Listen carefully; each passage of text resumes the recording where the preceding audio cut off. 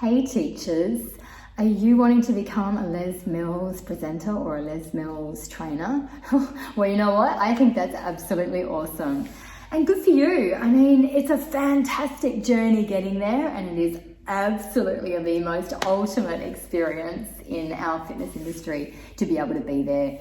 I know because I did 6 wonderful years here in Australia as a presenter and a trainer for 2 programs. So I've got lots of things I want to tell you to form you into a perfect teacher primed for the picking for them. And wait a second, have we just met? My name is Sally and this is Sally's Sweet Life. If you really appreciate these videos that I'm doing here, then I really appreciate you subscribing. That really supports me as a YouTube creator. So, how does it all work? Les Mills, global company, lots of different agencies that represent that brand all over the world.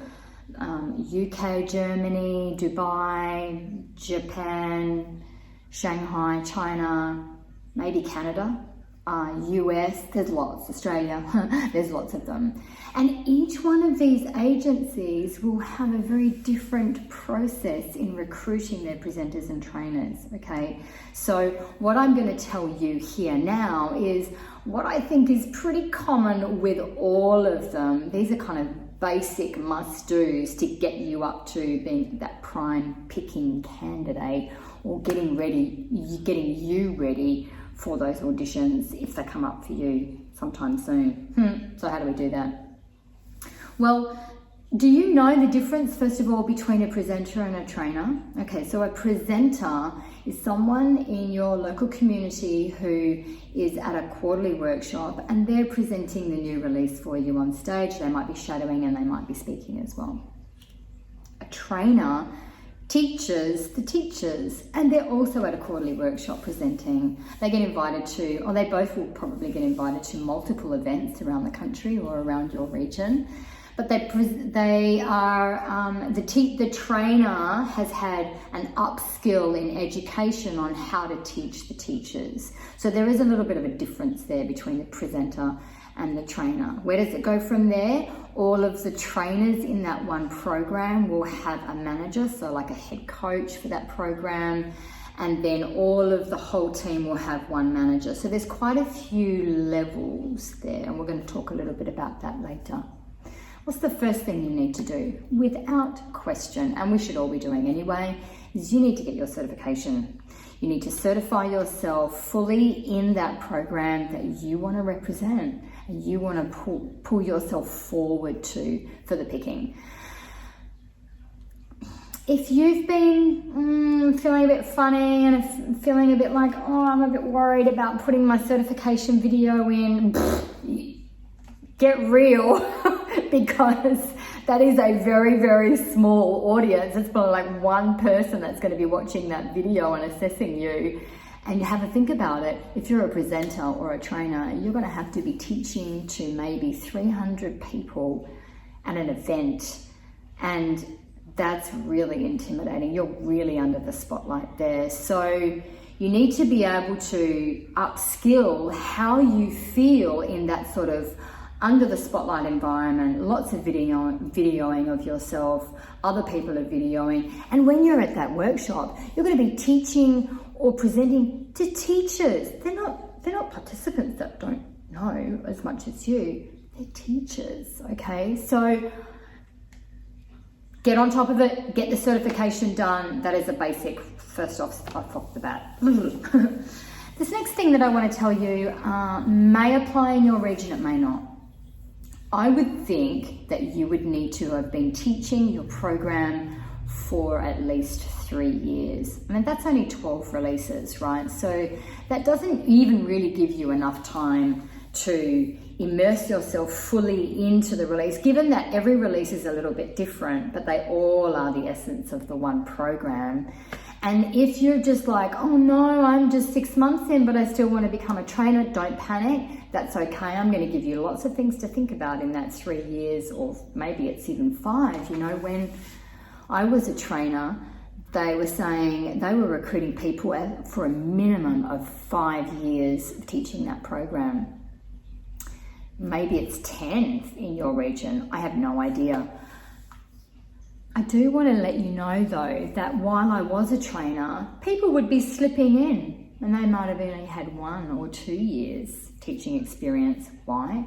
Because they just had that amazing something, that wonderful presence on stage that perhaps the training manager and the team were looking for. Be prepared for that sort of stuff to happen and just go with it. Just go with it. But in the meantime, know that that's the sort of level of immersion you need, 3 years, I would think at least, in that program. In the 3 years, there's lots of things you can do. First of all, you would probably need to upskill in a discipline that supports that particular program. So what I mean by that is, if you're a combat instructor, you would want to be getting trained in, I don't know, karate or Muay Thai or kickboxing. If you're a body balance instructor, you might want to be training and have a certification in Pilates, or definitely yoga. I mean, yoga is 90% of that program, maybe 85% of that program. Can you see where I'm coming from here? So you want to be able to bring to that audition and bring to the table more than just the program, okay? You want to be able to be teaching from a whole more education base.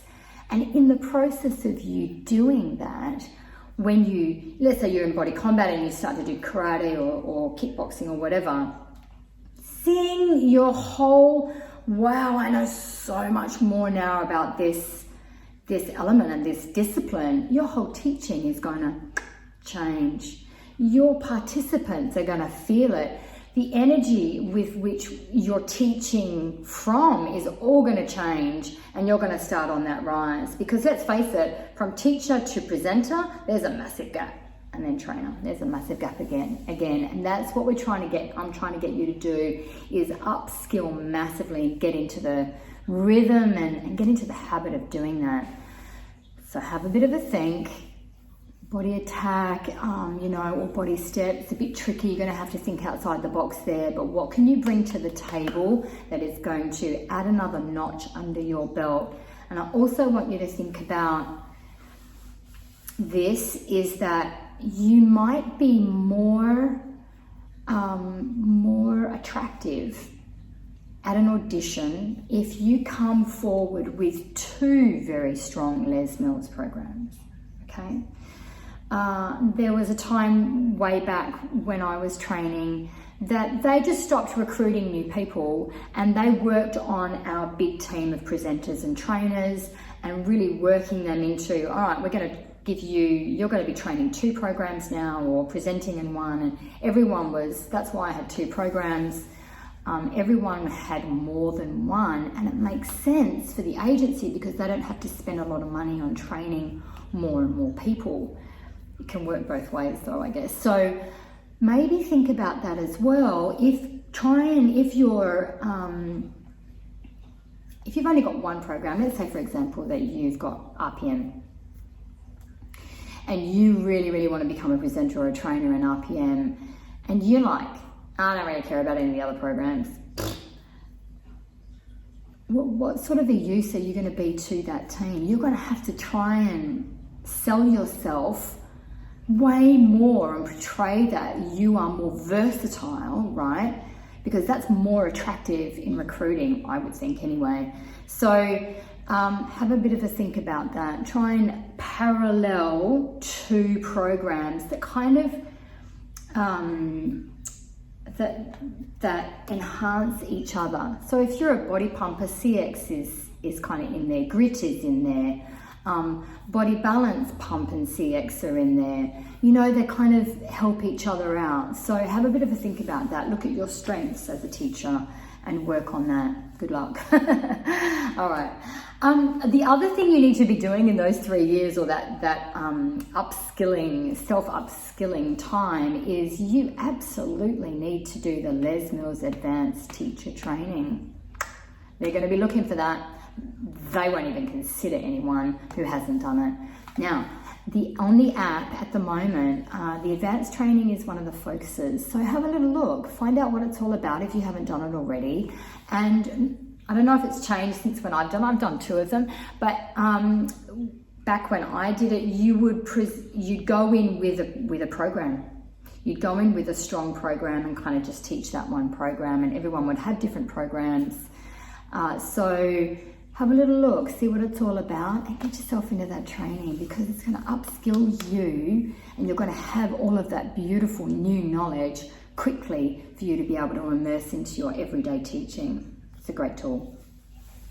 The next thing I want to bring to your attention is that you want to go to quarterly workshops, okay? Not only just to network with all of, the other teachers there, but you kind of want to get your face in front of the presenters and the teachers, and you kind of want to get known in that community. There's a very strong management presenter community that is set apart from the teachers, okay? And you're in that, and you want to kind of have a look over the fence, so to speak.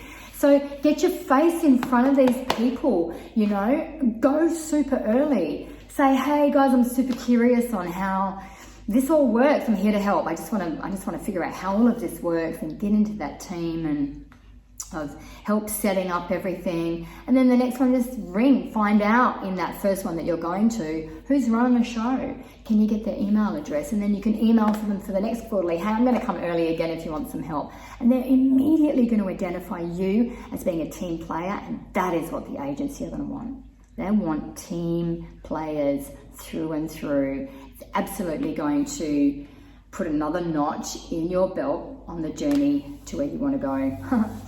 Not only that, you also want to kind of get to know the trainers, and you want to get, apart from the quarterlies, in your everyday living, in your region, if you have trainers, get to know them and go to their classes. Oh my God, go to their classes, go to the presenters' classes. Go not just to have fun like a participant. What are they doing? What are they saying that's different? How can I implement that in? You want to be doing that and getting to know them as well, so that then they can help you, and maybe you can invite them into your class, because you are going to need somebody in your life to help upskill you to the next level. And I'm talking about loads of assessments. Get a teacher mentor, someone like me who can brutally critique you to get out of those bad habits and get you into some higher level teaching. Would you like to work with me and I be your teacher mentor? I would love that. So just check out how to do that in the description box below. Don't just get any teacher mentor. You can't get your buddy that you did training with. They only know the same as what you do. You need someone. I wouldn't even think you would need to get a presenter to get it. You need either a trainer, and be prepared to pay them, because it's their time and their knowledge, all right, to help look at your classes and assess you and help you to teach better, or an ex-trainer, someone with that higher level knowledge, okay, to help get you there. So good. That would be so good. Video yourself ruthlessly. Like, I went through this whole phase of just chucking a video in my class every single week, every week. And because when I was on the trainer team, you had to film yourself, send it off to head office.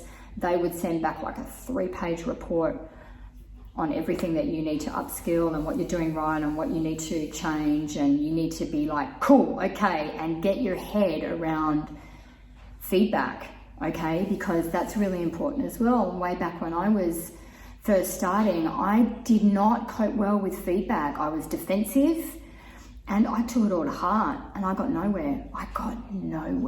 And until I slapped myself across the face and decided, no, that's it. They're trying to help me. My God, they're trying to help me. And then I got it. So you need to be there. You need to be able to handle critique and feedback well and apply it really well. You need to also, this is tip number 7, you need to also get look like a role model of that program, okay? You need to be able to talk, eat, sleep that program essence when you are in the gym, when you are in that environment where there are other teachers and trainers and master trainers or whatever. Yeah, you need to be able to look immediately like you reflect that essence. Wow, if I was an agency and I was in the recruiting, I would definitely be looking for that. So find out, what does that look like? And maybe, you know, get the right programs, eating programs or training programs to get you looking spot on. Now, I want to bring your attention also to you knowing inside and out those key elements.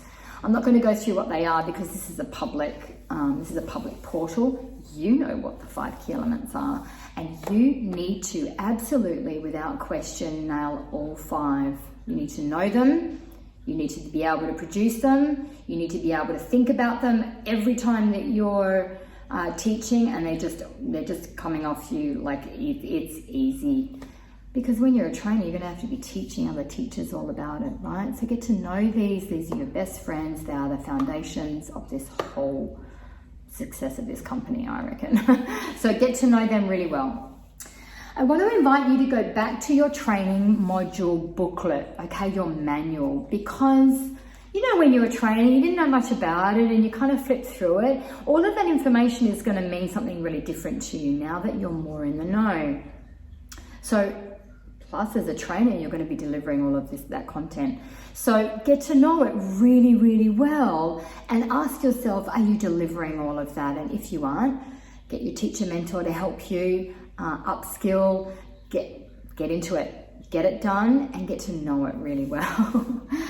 The last thing I want to tell you about is, in tip number 10, is to tell your trainer, tell your training manager and your agency what you want. Ring them and say, hey, I'm so-and-so, I'm really curious as to what the process is to become a presenter or a trainer.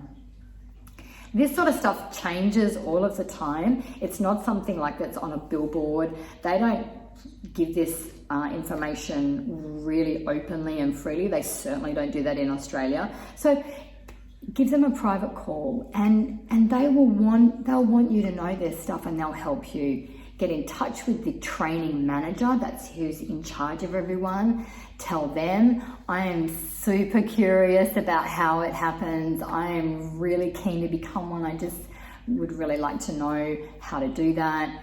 If they know that you're keen, they're going to want to help you and to get you under the wing of one of the trainers or one of the presenters as quickly as possible, because they want to strengthen their whole team all of the time.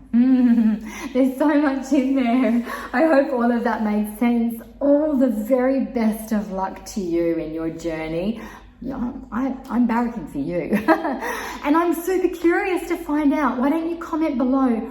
What do you want to do? Do you want to be a presenter or a trainer or both? What program is it? Start declaring it out right here and right now before you ring the agency or a trainer or someone and let them know.